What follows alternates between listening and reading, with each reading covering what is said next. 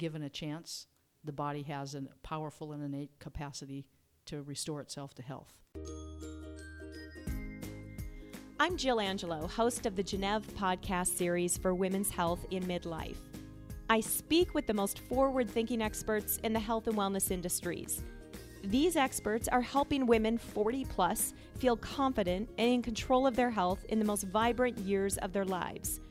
So join us on this journey of women's health.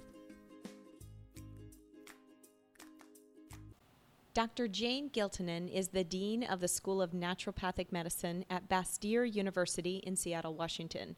She has been a practicing naturopathic physician for 30 years, graduating from Bastyr herself and playing an integral role in the study of naturopathic medicine around the world. She has been involved in several research studies on issues related to menopause, women's health, and HIV/AIDS.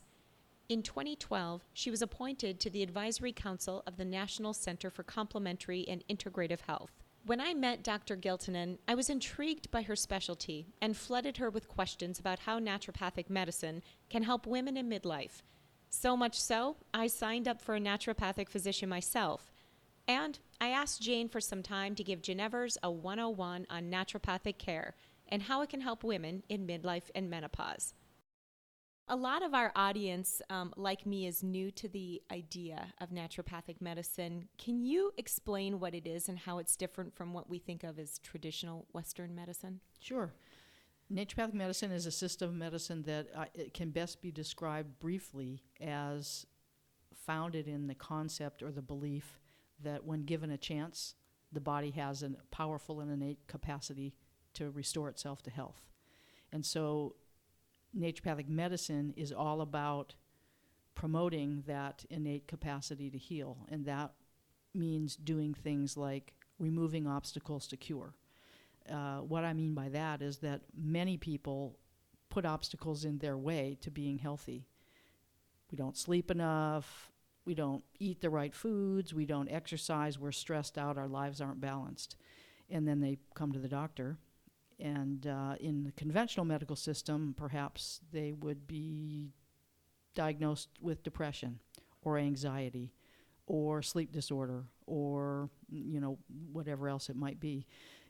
If that person comes to a naturopathic doctor, the doctor is going to ask them what they eat, specifically what they eat, what their spiritual practices are, and I don't mean that in the religious sense, how much water they drink, how much they move, what kind of movement do they do, and things like that to try to identify where there might be barriers to the body's, again, innate capacity to heal itself. So that's what naturopathic medicine is really all about, understanding the causes, the root causes of what's causing a person's not being well, helping them remove those things that are removable, that are obstacles, and then promoting the body's ability to heal. And we might promote that with food. We might promote that with botanical medicine, herbal medicine. We might promote that with nutritional supplements. We might promote that with teaching the patient how to do body-mind therapies like meditation, stress reduction, sleep hygiene, what to do to get better quality sleep. So the difference, I think, is in helping patients understand underlying contributing factors to what's going on with them, help guiding them, coaching them to remove it, and promoting the body's ability to heal itself. That's fascinating around the body as a healer. You don't think about that. You think of medicine as a healer or drugs or instruction or whatever. What I love about what you said is you obviously spent a lot of time with the patient to learn all of those things that you mentioned. You also mentioned teaching. So it's kind of almost like doctor as a teacher. Can you tell me a little bit more about what that means? Because it puts the patient in the place of being their own physician in a way, or their own caretaker. It makes them more accountable for their health. Yes, that's exactly right. And docere, the Latin word for teacher, is actually one of our 5 naturopathic principles, along with the healing power of nature and a few others. So naturopaths think that educating patients is foundational to the creation and restoration and maintenance of health the patient really does know their body the best, far better than any physician will know what's going on with them. It's really important to listen to the patient and to listen to the patient's story around not only the physical or emotional symptoms that are going on, but the story around that, how that's impacting their lives. If it's impacting their relationship, if it's impacting their parenting duties or their job. These are all pieces of that whole person and that person's family and environment around them that the doctor really needs to understand in order to help the patient figure out what they can do and give them, you're now trying to empower them and letting them know and helping to guide them. Well, yes, I do have a lot I can do about this. This is not totally outside my control. A medicine is not necessarily going to cure me. A lot of what's happening are things that I can control. And so doctor as teacher, docere, a very important concept in our principles and our philosophy with patients. There must be a deep sense of awareness that the patient needs to have about themselves. And I can imagine many come in without that level of awareness. How do you start to pull that out? It differs. It would be different for every person. So another one of our principles is treat the individual. So 10 women with menopausal symptoms might actually get 10 different treatment approaches. So the thing to do is, when you're conducting that first interview and establishing a relationship with the patient, is really make an effort to do what's called active listening. And we teach our students to do this all the time. And rather than formulating your next question, you're going to ask them to get the answers to check off your diagnosis box, you need to really actively listen to what they're saying. If you let them tell their story and give them enough time to tell their story, they're going to become aware, oh, this might be going on because I don't eat breakfast, and then for lunch I eat 3 donuts. And then for dinner I drink a margarita and maybe have a taco. Oh, a light bulb goes on in their head. So helping them tell their story, I think, creates the environment for the woman to be able, or the patient to be able to become more conscious of those things they're doing that are obstacles to healing. That's great. Not that the margarita is a bad thing. It's just all about in combination with eggs, right? Absolutely. A margarita with a nice, nutritious meal and a whole bunch of fruits and vegetables. Perfect. Awesome. In Western medicine, we do a lot of treatment versus prevention.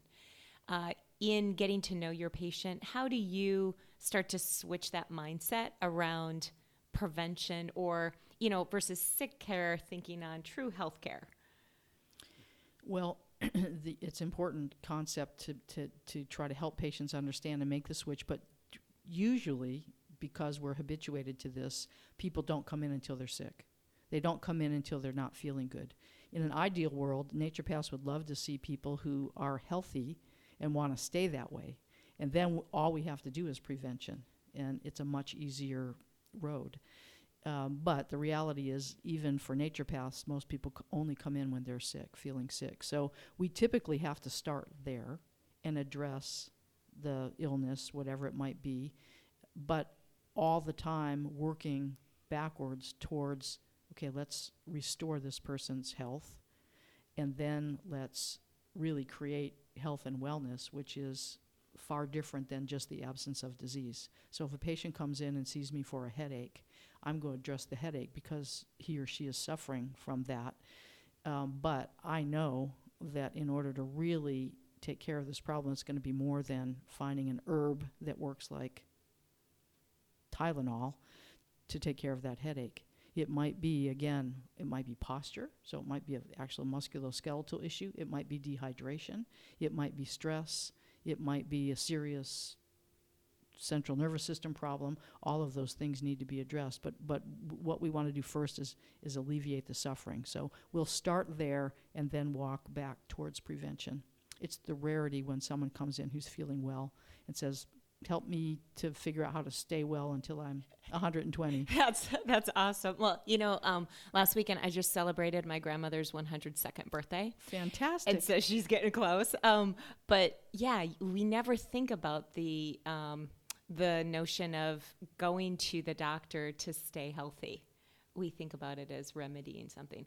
So doctor is a key word here, because being a naturopathic doctor, I think the common perception or myth is that you're not a doctor. So can you explain to our Geneva audience a little bit more about what you go through to become a naturopathic doctor, and what does even Bastyr University teach? Because you are a physician or a doctor. So explain that a little bit more, because I think there's a myth that you're not. Sure. Naturopathic doctors begin their medical careers actually in undergraduate school. They're required to have a bachelor's degree with the typical pre-medical prerequisites that you would see on a conventional medical school prerequisite list: physics, organic chemistry, biology, etc. Once they have their bachelor's degree, they can apply to naturopathic medical school. If they're admitted, that's a 4-year doctoral level program, so they are in school for 4 additional years. 2 of those years are considered the basic biomedical science years, where they will take anatomy, physiology, biochemistry, histology, embryology, again very similar to a conventional medical school curriculum. The 3rd and 4th years are where they move into their clinical years, and they will have a blend of both classroom learning in things like rheumatology and cardiology and dermatology, as well as their clinical rotations, where they actually work with licensed doctors seeing patients. So they learn to put all these skills together in the treatment of patients. Once they're complete with the 4-year doctoral program, they are eligible to take a national board examination, and they must take and pass that. They take a basic science portion of that after their 2nd year, and then the clinical portion after they graduate and have their degrees. Once they take and pass that, they can apply for a license to be a naturopathic doctor in a jurisdiction that regulates naturopathic medicine. So now we go into the legislative piece of this. The practice of medicine is regulated by states. And in the United States, naturopathic doctors are licensed or regulated to be doctors in 19 states and 3 jurisdictions: Washington, D.C., Guam, and Puerto Rico, and the U.S. Virgin Islands. So if the state regulates and licenses doctors, and you want to go practice in that state, you've got all your credentials, your degree, you've passed the exam, then you apply to that state for a license to practice in that state. Washington State is a state that's been licensed, has had a license for a long, long time. We have a very good scope of practice here. We can prescribe not only our natural medicine treatments, but also most prescription medications if necessary. We can do minor office procedures. We can do pap smears and biopsies and all of those sorts of things. And we can be primary care physicians. And also in this state, most insurance companies, or all insurance companies doing business in this state, are required to cover some of the services that naturopathic doctors provide. So then it's state by state. So, and you said there's 19 states that are licensed today. So this is still relatively new, and not everywhere in the United States has licensed naturopathic. That's doctors. correct. Most of the states that licensed naturopaths as doctors are along both coasts. And then there are a few isolated places in the Midwest, like Kansas and places like that. So it's on both coasts where we are licensed as and recognized as doctors. On this left coast, on the West Coast, it's Alaska, Washington, Oregon, California, Arizona. On the East Coast, it starts up in Vermont and New Hampshire and Connecticut, etc. So we recently were able to get legislation passed in Pennsylvania and Massachusetts, 2 major states. So we're very happy about that, and hopeful that there are several more states well on their way to passing laws that will allow naturopathic doctors to be licensed as physicians in those states. Now, you've been in naturopathic medicine for 30 years. and you've seen it all. You've seen it from, I think, the early days, and look at it both from the practicing sense as well as the academic. And you yourself are a woman in midlife, and I'm sure your practice and specialties or focus has transitioned as you've aged. Can you talk a little bit about what you specialize in, and if that's changed over time as you've even grown into your own body? Oh, it definitely has. I graduated from naturopathic school when I was 34 years old and started my practice then, and my teaching practice here as a faculty member at Bastyr University. And very quickly, and not by necessarily intention or design, my practice became focused on women's health. I saw primarily women. I was teaching the gynecology or women's health course here at the school. I think I gained a reputation for doing women's health, and so I saw a lot of women. And at that time, most of them were young women, close to my age group, 30s, etc. As I aged, my panel of patients aged. Sure. And so I went from dealing with issues about family planning and PMS and eating disorders and fertility concerns and all of those things to more midlife transition and the menopausal transition, which starts well before a woman's period ends. Most women will tell you that, I think, and goes well after the period actually ends for the last time. And so thank you for the compliment of saying I'm middle-aged, but I actually am 65. That's, so but I'm in today's years, that's middle-aged. Okay, there you go. We'll consider it middle-aged. I do get some senior discounts, however. And my panel... Begrudgingly. Begrudgingly. Yeah. I have learned to accept them and appreciate them for what they are. And my panel of patients has aged with me. So now have been seeing many postmenopausal women who are past the transition stage, past the stage where they're having hot flashes and those classic menopausal symptoms, and now into what can I do to age healthy? How can I keep my brain healthy? How can I keep my heart healthy? How can I keep my bones healthy? What can I do to reduce my risk for disabling diseases like arthritis and serious diseases like cancer? As women in midlife and menopause come to see you, what are the common things you hear from them, and why do they come to you? Well, the classic and most common one are hot flashes. And they're experiencing them oftentimes at night. It's beginning to disrupt their sleep, or they're actually having them in the daytime and they're sitting in a business meeting or somewhere and they feel like they need to go rip their clothes off because they're so hot and all of a sudden they're dripping wet. That's the classic one and probably the most common. But there are many others, and they're much more subtle. Women who are not yet or aren't ever going to experience hot flashes, but for some reason or other, they're not feeling quite right. Some women start to experience headaches, especially before their periods, if they're still having their periods. Women start to experience vaginal dryness. Women start to experience dry skin. Women start to experience weight gain when their activity level and their diet hasn't changed. Depression, emotional volatility. I'm sitting again in a meeting that really has no emotionality for me, and all of a sudden I find myself crying, and I don't know why, what's wrong with me. Yeah. Anger. Some women have emotional outbursts that are angry, and I love my husband to death, but I'm so angry with him, I want to stab him. So all of those, dry skin, there are a number of things that joint pains can increase, so there are muscle pains. Number of things can come up that are related to the perimenopausal transition. It's so interesting because we still really don't know why all this happens to women when our estrogen and progesterone levels start to change. We're still trying to discover exactly what's happening in the body. And do you typically get women coming to you with this myriad of symptoms after they've seen a traditional doctor? Or are they coming to you because they're like, crazy things are happening to me and I just didn't know who else to turn to? Both.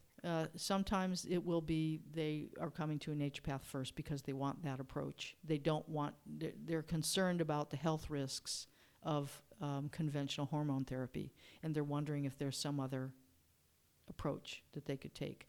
Some because they've been to their doctor and they don't want to take that conventional approach, and they're looking for an alternative. And some of them, the ones that are not yet having classic menopausal symptoms, periods changing or ending and hot flashes, are here because they're not sure what this is. The diagnosis is not clear. It's pretty clear when a woman comes in middle age, her periods are changing and she's having hot flashes. That's a pretty clear diagnosis. But for someone who's just starting to have headaches or these emotional outbursts, still having regular periods, it's not as clear to them that hormones are what's going on. Mm-hmm. And, across even all those symptoms that you listed off, are there specialists in naturopathic care? You obviously have had a kind of a specialty, I'd say, in women's health, especially as they've aged. But are there specialists that women should seek out, or how does a woman go about finding the right naturopathic doctor for her? Well, we don't have specialties and subspecialties the way you would understand that in conventional medicine, such as neurologists and psychiatrists and rheumatologists and dermatologists. Most naturopaths don't go into just family medicine, will focus on a special area. Our profession is beginning to create formal board certification specialties. We have one now in oncology.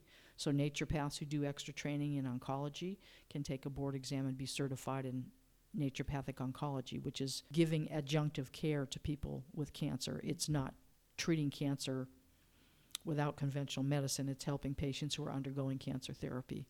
And all the symptoms that come off of that, I bet. Side effects of chemo, radiation, how to reduce risk for recurrence of the cancer once you're through your cancer treatment and you're now a survivor. So we have that one, and we also have a pediatric naturopathic specialty. So our profession is beginning to emerge and create these board certifications, but by and large, it's just by natural migration, I think, as to what the naturopath is interested in, and patients that come to see them, and they gravitate towards a specialty. For me, it was women's health.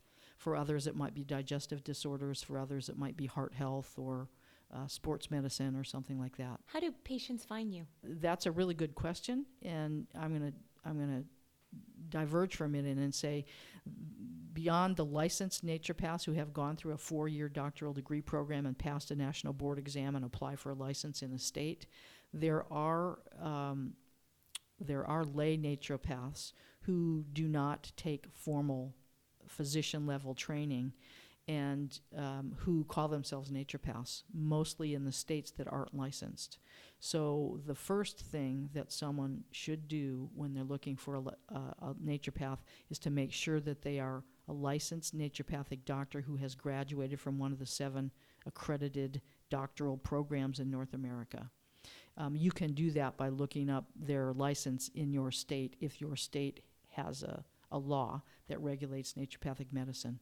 And then there's a state professional association in each of these states, as well as we have a national association. In Washington state, it's called the Washington Association of Naturopathic Physicians.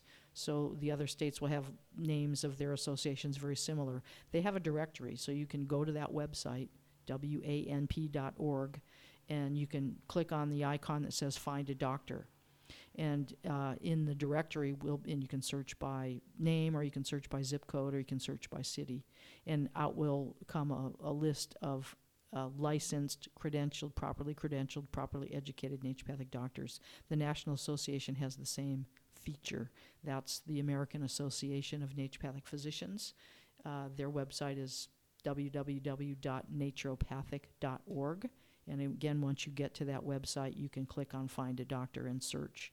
And in the national site, you can search for anyone in the country. So you could search for someone who's in, say, Missouri, which is not yet licensed, but there are people there practicing who have been through an accredited school, have a license in another state. They can't call themselves doctors. They can't diagnose and treat disease, but they can act as health coaches and consultants in the unlicensed states.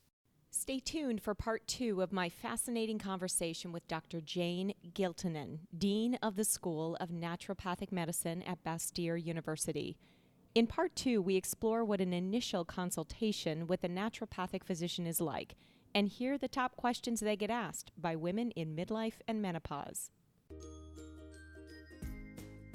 Thanks for listening to the Geneve podcast series. We welcome your feedback at geneve.com. That's GENNEVE.com. You can follow us on Facebook and subscribe to us on iTunes or Stitcher, and you'll never miss an episode. The Geneve podcast series is produced by Shannon Perry, theme music by Smitty. And until next time, watch the Geneve website for new stories and offers all dedicated to women's midlife health.